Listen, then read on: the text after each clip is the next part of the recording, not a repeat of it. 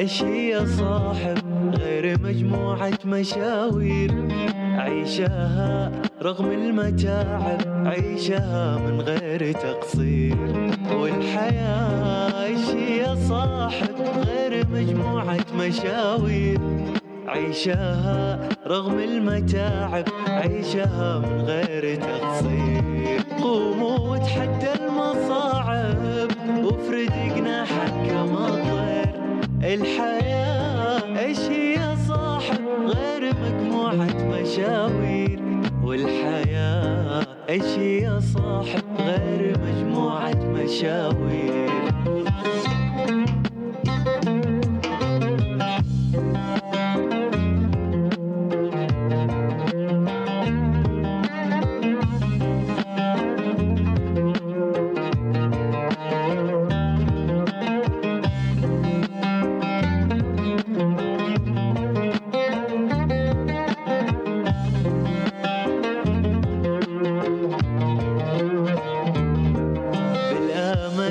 عيشها وحاسب لاجل بكرة تشوف تغيير، وخلي دعمك للمواهب تنعم الأوطان بالخير.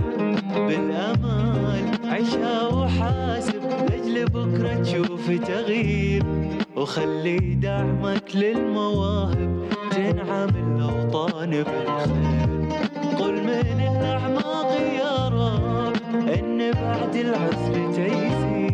والحياة ايش هي صاحب غير مجموعة مشاوير، والحياة ايش هي صاحب غير مجموعة مشاوير.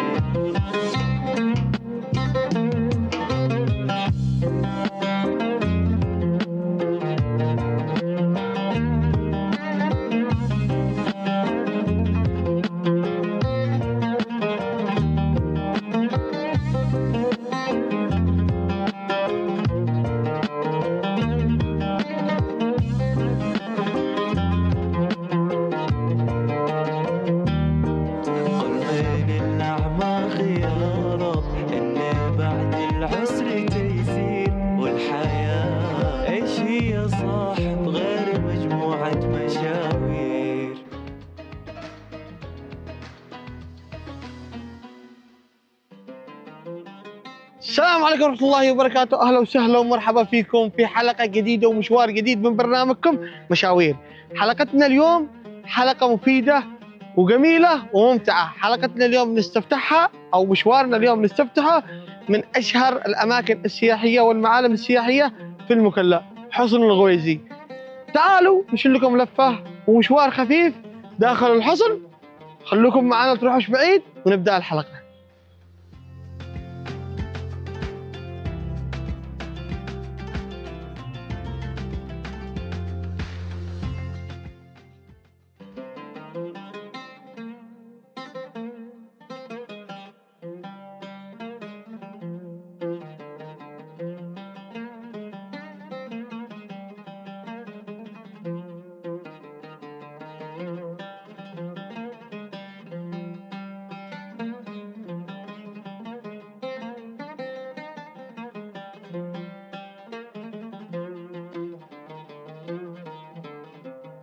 بما أننا في حصن الغويزي في المكلا تحديدا، ضروري يرافقنا في هذه الرحلة شخص من المكلا وشخصية مؤثرة ومشهورة.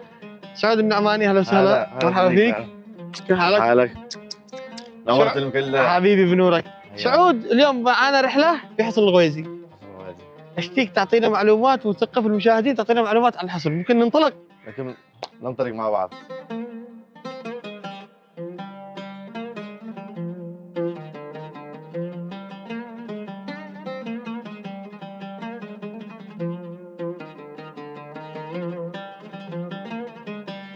سعود، بما اننا في حصن الغويزي، اشتي نبدا مبسطة عن الحصن يثقفوا فيها المشاهدين.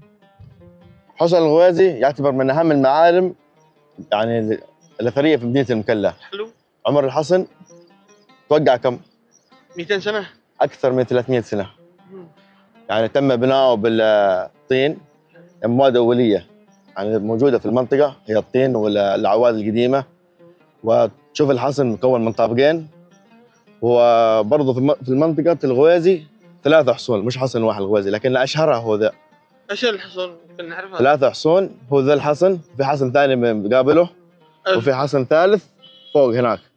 هل لهم اسماء ولا لا الحصون الثاني؟ هو كلهم يسمونه حصن، يعني حصون الغويزي لانه في منطقة الغويزي، لكن هذا الحصن يسمونه حصن فك الاسد. اشهرها ليش اشتهر؟ ليش؟ لانه موقعه الاستراتيجي اللي هو فوق الصخرة، زي ما تشوف وانت من الجانب هناك. ايوه تشوف الحصن كذا بتروح فوق الصخرة شكل قوس صخرة، سموه حصن فك الاسد.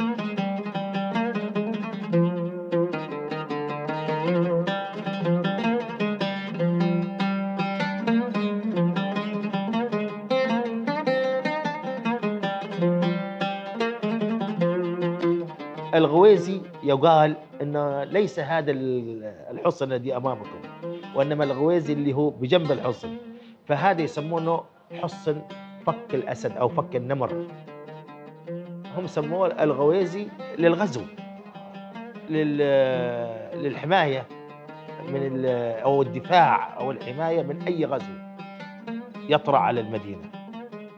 هذا المكان اللي نحن فيه تعتبر المدخل الشمالي الشرقي لمدينة المكلا، هو حصن دفاعي. يجي لك مثلا هجمات من مناطق ثانية، هذا الحصن هو يتصدى للهجمات من الغزاة اللي يجون من برا المكلا يبغون يدخلون داخل المكلا. طيب الان الحصن معلم تاريخي. ايوه معلم تاريخي. معلم تاريخي، هل مسموح الزياره له يوم أيوة. في وقت السنه؟ هو اي يعني مكان مفتوح، هو داخل حوش، وزي ما شفنا ان تم ترميمه قريب من هيئة الاثار والتراث في حضرموت، والحمد لله ان محافظين عليه. تعرف انت مقفل الحصن، يعني تعتبر انك اول واحد تقريبا بيدخل داخل الحصن ان شاء الله، ونوريك الحصن من الداخل. باذن الله. ننطلق. زي ما تشوف هذا الحين الدرج سووه حديث، يعني سووه انه مش حديث بس سووه لانه خلاص بعد ما انتهت مفعوليه الحصن الاساسي.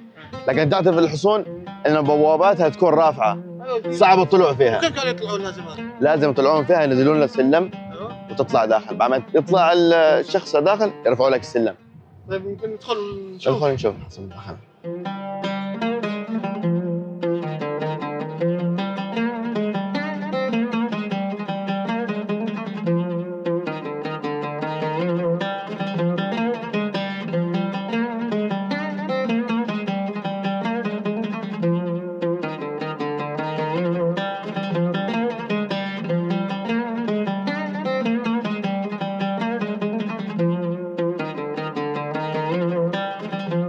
في ظل وجود الدويلات الصغيرة وأيضا النظام القبلي، كانوا السلاطين يعملون أسوار لدولهم حتى يأمن الاستقرار في هذه المدينة.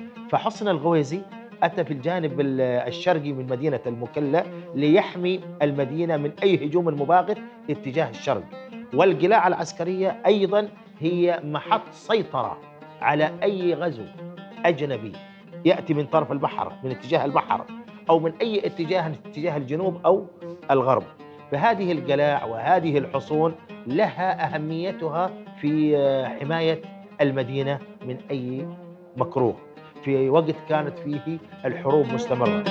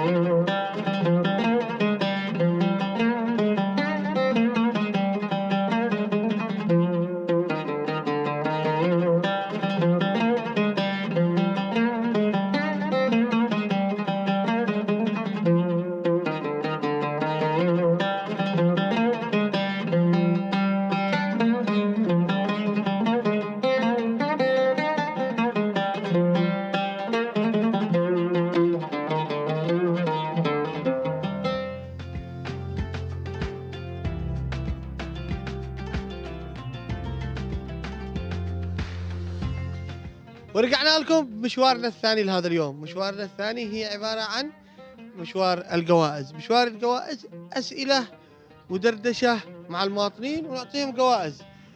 بس حلقتنا اليوم تتصور من المساكن. المساكن من أشهر الأسواق في المكلا. تعالوا معنا وخلونا نشوف الناس وثقافتهم ونفرحهم ونعطيهم جوائز. تعالوا معي تعالوا.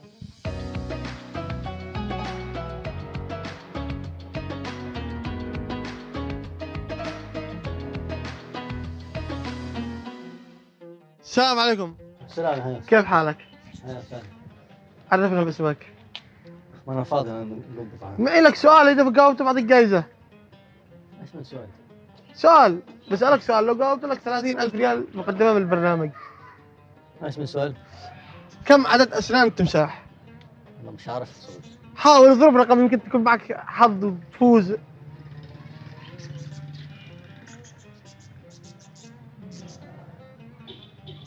30 والله. 30. اعرف صدق، انا قلت لك انا مش عارف من البدايه الا خمنت يعني. آخر جواب 20. 20. يلا شكرا الله يحفظك، حظ اوفر حبيبي. أعزائي المشاهدين نشوف شخص ثاني، تعالوا معي.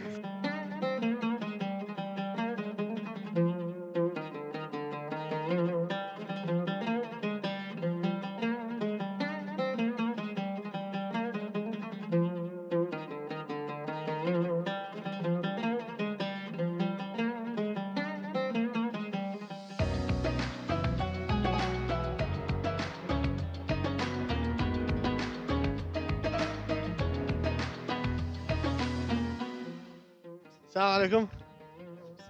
عرفنا باسمك؟ عبد الكريم محمد غزي. تعال تعال تعال تعال تعال. لا لا ايش دخل امك؟ تعال انت تعال. او انت اسمك؟ خالد محمد غزي. عبد الرحيم زكريا بكير. عبد الرحيم زكريا بكير. بسألكم سؤال، اللي بيجاوبوا منكم له 30,000 ريال مقدمة من البرنامج. حلو. كم عدد أسنان التمساح؟ 80. 80. 75. من داي مش عارف. حاول. 30. عد كم أسنانك؟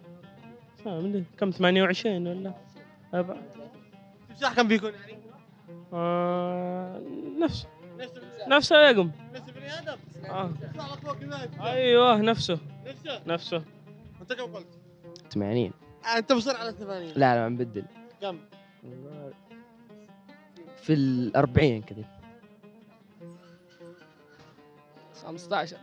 يا 15. أنت كنت خلاص. كم قلنا بعد 48. 48. آخر إجابات. 46. 46. خلاص. 55. 55. 48. 48. متأكدين؟ متأكدين خلاص ثبت. للأسف كلهم غلط. في واحد جاوب منهم الإجابة الصح وسحب. فهذا مشكلته مش مشكلتي. أعزائي المشاهدين نشوف شخص ثاني، خليكم معي.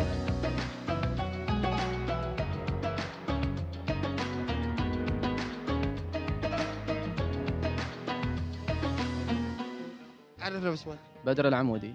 يا بدر معي لك سؤال، لو جاوبته لك مبلغ 30,000 ريال مقدم من البرنامج. تفضل حبيبي. كم عدد أسنان التمساح؟ الله اعلم. حاول اضرب رقم يمكن تجي صح بعد. التمساح ما له اسنان. والله شو اسنان؟ ما له اسنان. كيف يفترش الناس؟ بدون اسنان. بدون اسنان. بدون اسنان؟ بدون اسنان. يبلع؟ ايه. يصير حية؟ نعم. يلا شكرا الله حياك الله. يعطيك العافيه. السلام عليكم. السلام ورحمة الله وبركاته. عرفني باسمك. عبد الله احمد علي حسن العطاس. يا عطاس معي لك سؤال، هات لو جاوبته لك 30,000 ريال مقدمة من البرنامج. هات خير ان شاء الله. خير ان شاء الله، ان شاء الله تفوز. ايش تفوز؟ ان شاء الله. كم عدد اسنان التمساح؟ سؤال غريب يعني صراحة. سؤال غريب. سؤال غريب. حاول. والله ما اقول لك الا خير. البني ادم كم معه اسنان؟ عد بيدك عادي.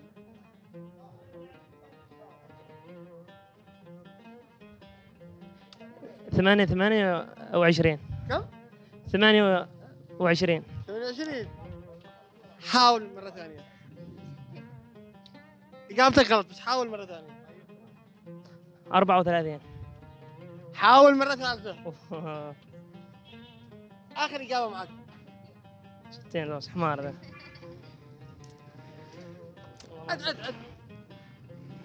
عد عادي عد 1 2 3 4.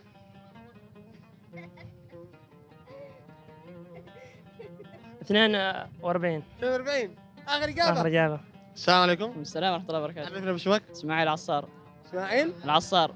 يا اسماعيل العصار، معي لك سؤال، لو جاوبت لك 30,000 ريال مقدمه للبرنامج، حلو ولا مش حلو؟ إن شاء الله نجاوب عليه.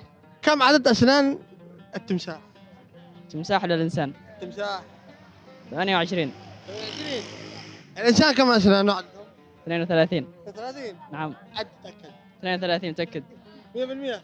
100%. طيب التمساح اذا الانسان لقفه كذا منه، التمساح كذا منه لقفه، كم يعني بتكون اسنانه؟ 28. زي الانسان. احتمال. لا لا. زي الإنسان. إيه. 28. حاول مره ثانيه. لا 28 إن شاء الله. زيد 28. زيد اقول لك. 28. مصر على 28. مصر. مصر. مصر.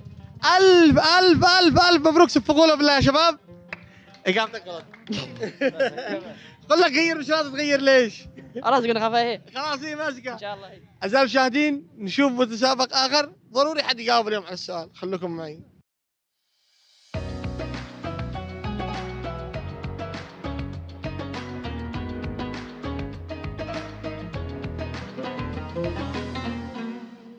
إيه معنا زبون. سؤال بتلاقي جائزة. بتلاقي جائزة. انا بهبي لك لشتي. أنا سؤال واحد. اشتي شي. ها تعال بسألك. تعال بص علي هنا. ها لا عشان تطلع التصوير حلو. تعال هنا. اشتي. ها السلام عليكم. عليكم السلام. عرفوني باساميكم. ابراهيم. محمد. محمد ابراهيم. معي لكم سؤال، لو جاوبتوا لكم 30,000 ريال مقدمه بالبرنامج، حلو ولا مش حلو؟ حلو. التمساح، تعرفوا التمساح صح ولا لا؟ أيوة. كم عدد اسنانه؟ 380. كم؟ 380. كثير. 80 طيب. كم؟ 80. في حد يغششك صح؟ لا اعترف لي عشان اقول لك صح ولا لا والله، لان اشوف انا قناة حيوانات بس مش بكثرة يعني. يعجبك الحيوانات؟ ايه. ناشونال جيوغرافيك يعني بالعربي، نشوف قناة ناشونال جيوغرافيك. سرقة. ايه. طيب في عنده كم قاطع قامة علي. ايه؟ بدو قاطع وقامة علي خلاص. خلاص نفس الرقم. هو قال لك كم؟ قال يا 380 يا 80. 88. 88. 88. خلينا ناكل شاورما. اثبت. اثبت. وانت 80. 80. ايوه. واحد منكم اجابته صح. انت انا قلت لك 88. الكاميرا تفرق لي شوي. مالي مال الكاميرا. 80. 88. 80. 80. اكتبها بنا. عرفني اسمك مرة ثانية. محمد سالم سومحي. عرفني اسمك مرة ثانية. ابراهيم هو السالم بقطيان. طيب بسألكم سؤال. بتخاصموها؟ هذا اخوان احنا. نحن بقى الدخول بنعشيك بنغديك بنبسطك. مالك؟ طيب بالله شي تحية قوية. ألف ألف ألف مبروك. فزت الإجابة الصحيحة 8. شوفوا قولوا بالله يستاهل. الشيء عندك يا ابو غزل. علامياتكم ترزقون. اوه. نحن خارجين من العمل، شوف من امس عاد نحن ما روحنا. من أمس وأنا. طوارئ كهرباء. وعاد الناس ما يقدرون احنا من امس عاد نحن ما روحنا بيوتنا لحد الان. قدرت نحن. الله. وحياة التلفزيون اللي نشوفك كل يوم تعبت. شفتك اليوم. حبيبي. أعزائي المشاهدين، ننتقل إلى سؤال آخر، خليكم معي.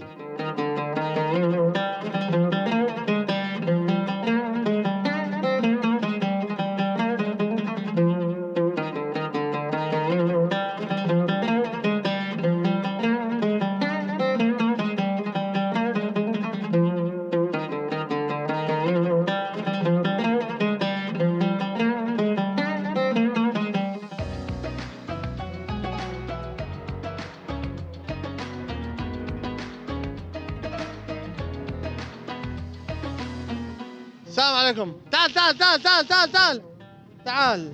السلام عليكم. عليكم السلام. كيف حالك؟ الحمد لله. عرفني باسمك. عمار علي برشين. من؟ عمار علي برشين. عمار علي. عمر علي برشين. عمر علي. ايوه. يا عمر معي لك سؤال، تجاوب لك 30,000 مقدمة للبرنامج. اي سؤال. تعرف الزرافة؟ الزرافة. ايوه. هاي اعرفها. ايش الزرافة؟ يعني زرافة حيوان. اللي ايش يميز الزرافة؟ انه ايش؟ انه طويل كذا. رقبتها طويلة. رقبته طويلة. طيب ايش لون لسان الزرافة؟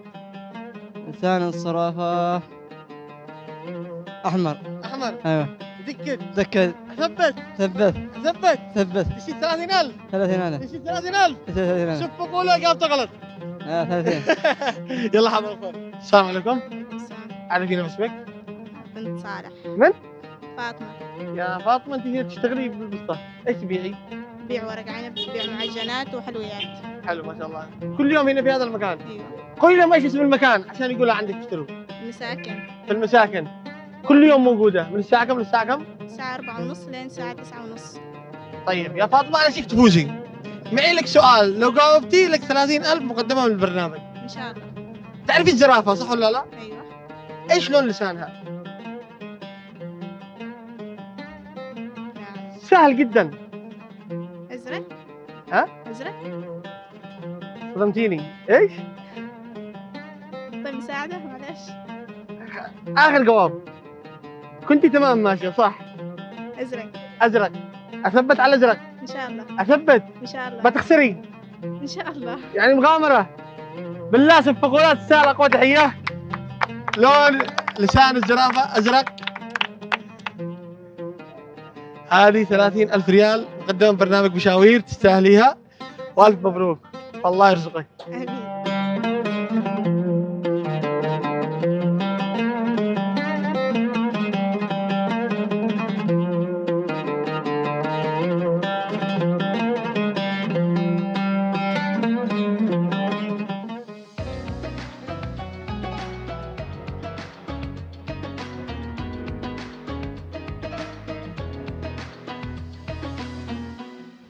السلام عليكم. وعليكم السلام. كيف حالك؟ الحمد لله. عرفنا باسمك. عمر. يا عمر ايش تبيع؟ عمر الحمد.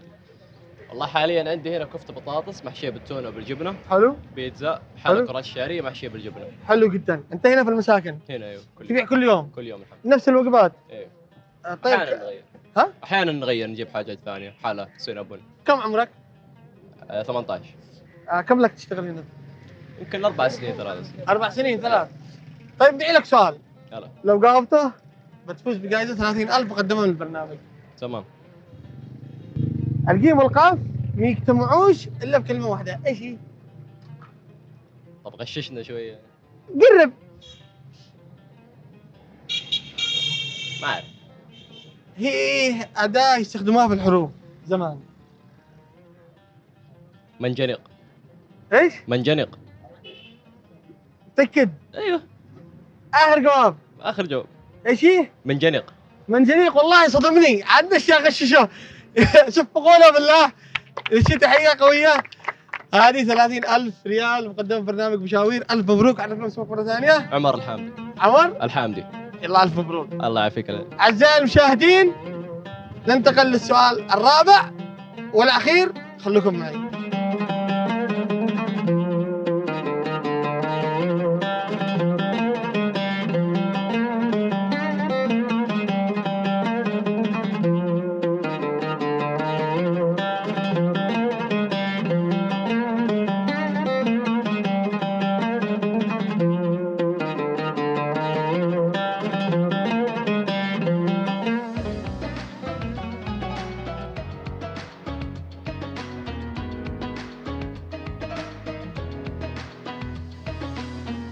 عرفنا باسمك. اسمي عبد الله الجمل. عبد الله الجمل. يا عم عبد الله، معي لك سؤال، لو جاوبته لك جائزة 30,000 ريال مقدمة من البرنامج، حلو ولا مش حلو؟ نشوف نحاول. ما هو المعنى اللغوي لكلمة رمضان؟ رمضان ايش معناتها باللغة العربية؟ رمضان ايش حتى؟ ها؟ ايش بعد غير رمضان؟ رمضان له معنى. لا. كلمة رمضان انتنقت.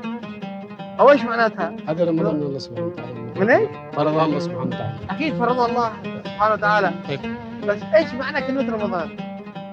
هذا رمضان تعنيك من ناحية باسم تجي باسمه تعني انك تتجنب من كل حاجة. تتجنب من الاكل والشرب وكذا؟ من كل شيء. من كل حاجة. هذا ايش تسوي في رمضان؟ بس ايش معنى كلمة رمضان؟ هذه الناحية. مش داري. يلا الشكر حط عمر. الله يحفظك.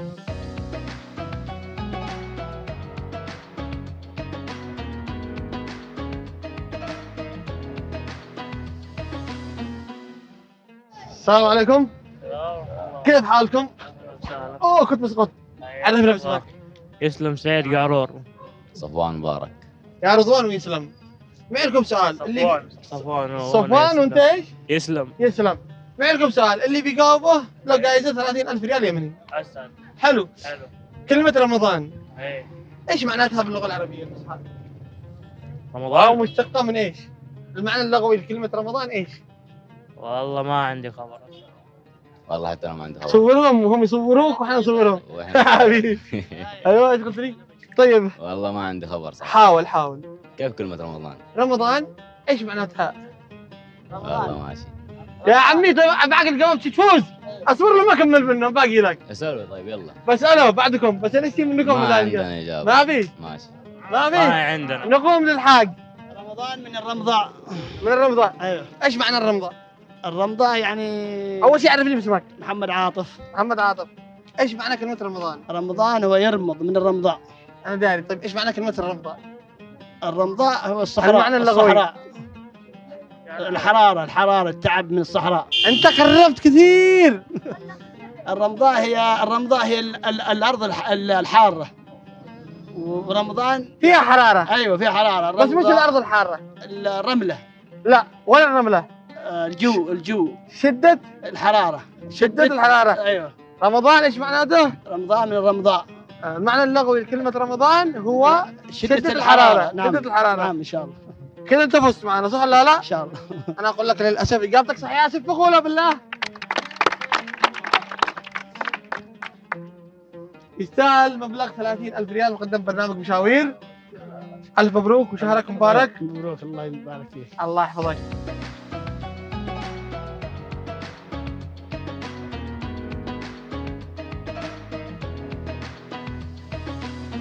السلام عليكم. السلام ورحمة الله وبركاته. عرفنا اسمك. عمار ياسر الخلاقي.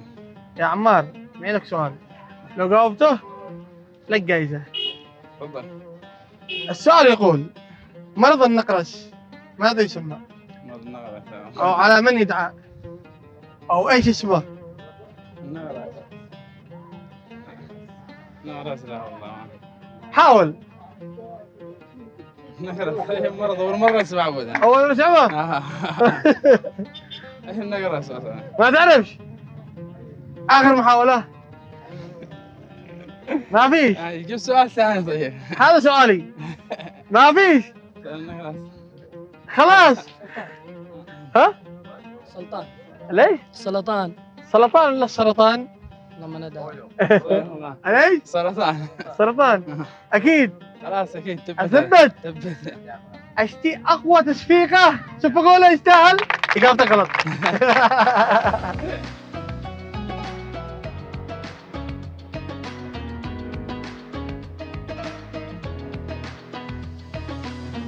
السلام عليكم. وعليكم السلام ورحمة الله وبركاته. عرفينا باسمك. أم عبد العزيز. أم عبد العزيز أنت معاها؟ اي أختي. أختها. طيب أم عبد العزيز إيش تبيعي؟ أنا أبيع حلا ومالح. في سينابون بشاميل وسينابون وفي بيتزا وفي شو اسمه لبنة وشو اسمه جبنة وفي سمبوسة كيكة الجبن وفي كراسون وكيكة شوكولاتة وعندنا قهوة وشو اسمه كركديه ما شاء الله وشو اسمه شاهي كرك كمان. كل يوم أنت جالسة هنا؟ إي إن شاء الله بإذن الكريم. من متى لمتى؟ من العصر لين الساعة 9. طيب معي لك سؤال. إذا جاوبتي لك 30,000 ريال مقدمة للبرنامج. إن شاء الله بإذن الكريم. سمعتي على مرض النقرس؟ إيه. بماذا يدعى مرض النقرس؟ يلا ساعديني حبيبي. ها؟ هاي دكتورة؟ ايوه. الإجابة عندك لازم. اختي. من اللي ياكل؟ من اللي معه قدرة انه كل يوم ياكل لحم؟ الإنسان. الإنسان. بس الإنسان ايش؟ الإنسان الكبير الفقير الغني. الغني. فالغني ايش يسموه؟ الثري. الثري ايوه. الملوك فايش يسمى؟ الأمراء. ايوه يسمى السلطان. ايوه فايش يسمى؟ انا فيك تفوزي. طيب. يدعى المرض بايش؟ الملوك. الملوك ايش قبلها كلمة؟ بدل المرض باللغة العربية الفصحى المرض ايش هو؟ الداء. داء الملوك. داء الملوك. شوف مقولات تستاهل. بماذا يدعى مرض النقرس؟ داء الملوك. داء الملوك. أعزائي المشاهدين أم من؟ أم عبد العزيز. أم عبد العزيز فازت معنا 30,000 ريال مقدمة برنامج مشاوير. الله يسعد قلبك إن شاء الله. طيب الله نضيفكم. لا شكرا. الله يحفظك يا رب. وفين مكانك؟ هنا عند صيدلية الناس. صيدلية الناس. ايه.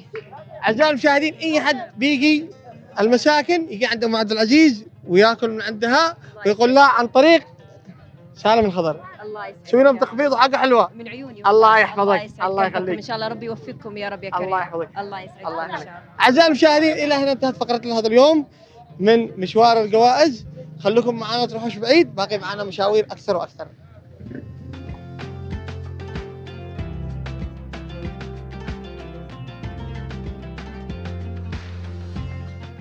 الكوميديا هي نوع من انواع الدراما وبالاصح نوع من انواع الفن، فعشان كذا في مشوارنا اليوم قررنا اننا ندور شوارع المكلا ونبحث عن الكوميديا في شوارعها، وبالاصح عن الفنون، نبحث عن الفنانين المغنيين والممثلين.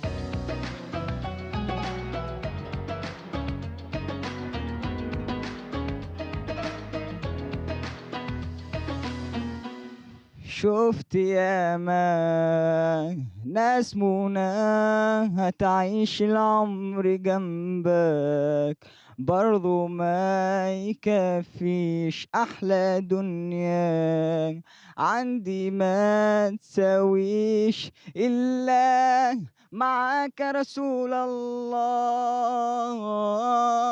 وحشنا يا رسول الله، يا سيدنا شوقنا زاد والله،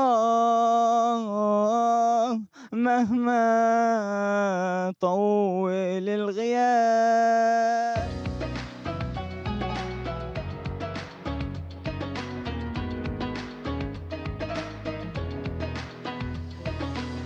السلام عليكم. وعليكم السلام. عرفنا اسمك؟ حسام صدام عبد السنان عبادي. حسام صدام. يا حسام صدام، من فين انت؟ من دمار صاب العالي. والله والنعم. طيب ايش فيك؟ تعرف تمثل؟ لا لا، عارف انشد عاد. انت تعرف تنشد؟ ايوه. يلا انشد لي، غني لي، سوي لي اي حاجه. طيب تمام، ما انشد لك معي. ها؟ ما انشد لك اي حاجه. يلا امسك المايك. عادي انا بسلم بدلك. يلا. ما انشد لك معي. اي حاجه على ذوقك.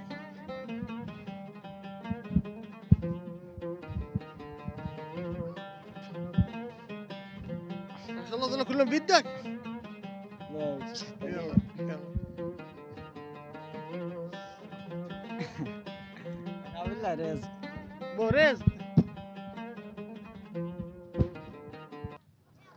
يا نور الهلال أقبل تعال، فالشوق طال والقلب سما نحو السماء مترنما، لا تنقضي أنت للروح دواء، رمضان رمضان رمضان يا حبيب، رمضان رمضان ليتك دوما قريب، ليتك دوما قريب.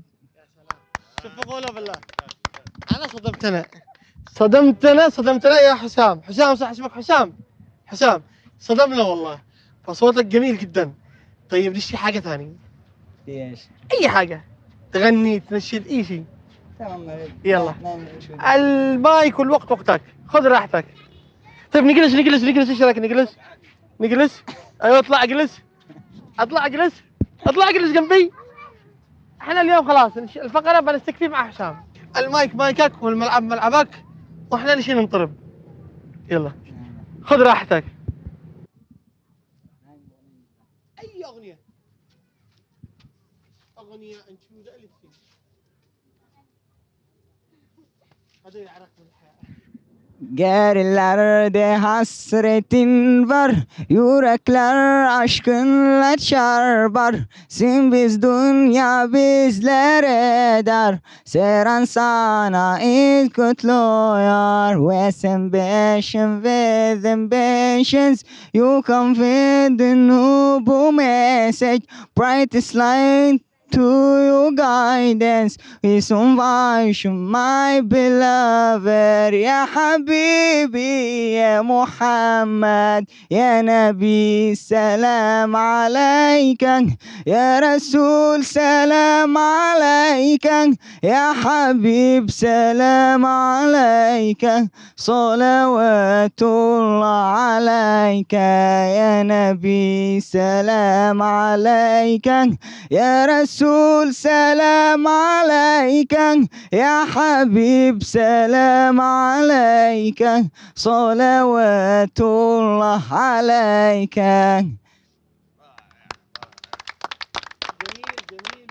جميل جدا. كم عمرك؟ 19. كم لك تشتغل هنا؟ يعني حوالي سنتين كذا. في المكلا؟ ايوه. تبيع القلابيات؟ ايوه. درست؟ نعم خرجت ثانوية. خريج ثانوية. ناوي تدرس جامعة؟ ان شاء الله. ان شاء الله. انت جالس هنا في المكلا انتم؟ انا والعائلة. كلكم؟ وانت اللي تصرف عليهم؟ ايوه مننا اخوة مجموعة. مجموعة منكم. حلو جميل جدا. الله يوفقك ويرزقك. امين. انت الكبير؟ نعم. انت الكبير. طيب الاناشيد صوتك حلو ومتمكن منها. هذه الهواية والموهبة متى اكتشفتها؟ من ان بدأت من صف خامس كذا. من صف خامس. وانت تنشد في المدرسة في المدرسة حفلات؟ ايوه. حفلات. نعم. طيب كم تجلس تشتغل هنا كم الوقت؟ من بعد العصر. ايوه. إلى الساعة 8:30. إلى 9 8:30. حلو جدا. طبعا احنا في هذه الفقرة ما كناش محسبين اننا بنلاقي موهبة زيك وشخص مكافح زيك، فاحنا بنخلط لأول مرة يعني بتحصل نحول الفقرة من كلام الناس إلى مشوار الخير. أنت يا حسام شخص مكافح ومجتهد، وأهم حاجة أنك تكمل دراستك. فإدارة البرنامج حابة تقدم لك مبلغ 150,000 ريال يمني. تستاهل. صفقوا له يا شباب.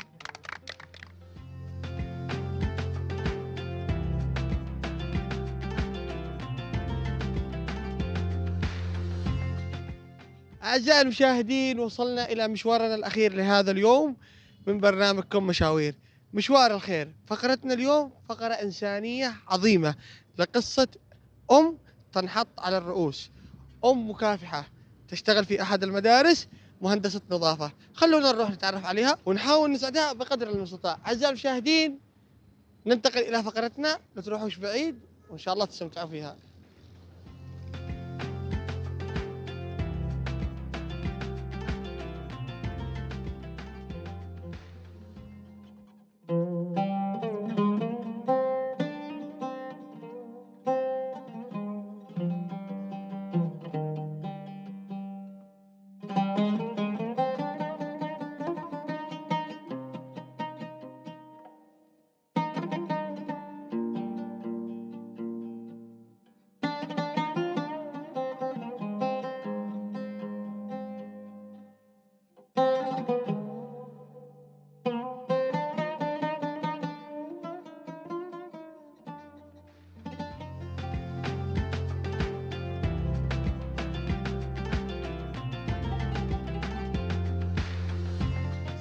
السلام عليكم. كيف حالك؟ الحمد لله اخوي طيب، الله يحفظك ويعافيك. عرفي المشاهدين عنك. والله اني اسمك؟ اسمي ام حبيبه. ام حبيبه الله يحفظك. والله مطلقه انا عند اهلي قلت لي قرابه سنه ونص كذا. بس تعرف الحياه صعبه وديون، واصحاب المحلات متدينت لهم، اصحاب بيع متدينت لهم، الحين تتكارمت علي الديون. ماني قادره اسلم من اصحاب الدكاكين ولا اصحاب. طيب يا ام حبيبه ايش تشتغلي؟ اشتغل تنظيف في المدارس، مدرسه ان شاء الله. كم لك سنين تشتغل في المدرسه؟ بيقعها كذا 10 سنين 11 سنه تقول انا اشتغل في المدرسه. وكم معك اولاد؟ 2 بنات. 2 بنات ما شاء الله، الله يحفظهم هذول كلنا. ايوه هذا كلام. الله يحفظهم لك.